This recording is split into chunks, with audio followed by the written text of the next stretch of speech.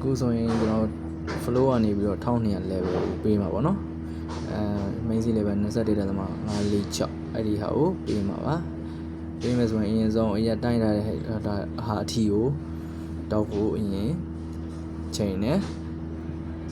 level set တင်ပြီးတော့အဲ့ဒီ21.546ကိုကြည့်တယ်အဲ့ကောင်ပို့ပြီးတော့လွယ်တယ်ပေးရတာအရင်ဆုံးကြည့်ရပေါ့နော်ကြည့်ရတဲ့အခါမှာအပေါ်တင်ရမယ်ဆိုတော့အဲဒီ3ချောင်းလုံးကိုအပေါ်ဆုံးတင်မယ်3ချောင်းလုံးအပေါ်ဆုံးတင်မယ်တလက်မဆိုတလက်မတင်မယ်ပေါ့နော်ပြီးရင်ပြန်ချောင်း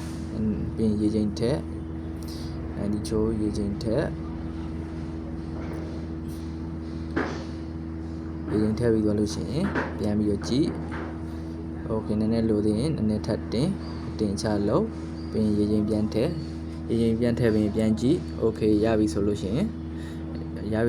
အဆင်ပြေပြီအမှကြည့်လိုက်အဲဒီ cross hair နဲ့အဲဒီ point တွေကသွားပြီးတော့တန်းနေတယ်เนาะ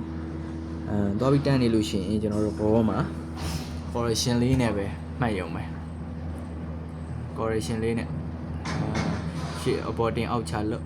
correction လေးနဲ့ပေါ်တင်အောက်ချလို့အဲ့ဒါဆိုပို့ပြီးတော့လဲကျင်းတည်တယ် accuracy လည်းပိုကောင်းတယ်ပေါ့နော်ပေါ်တင်အောက်ချလို့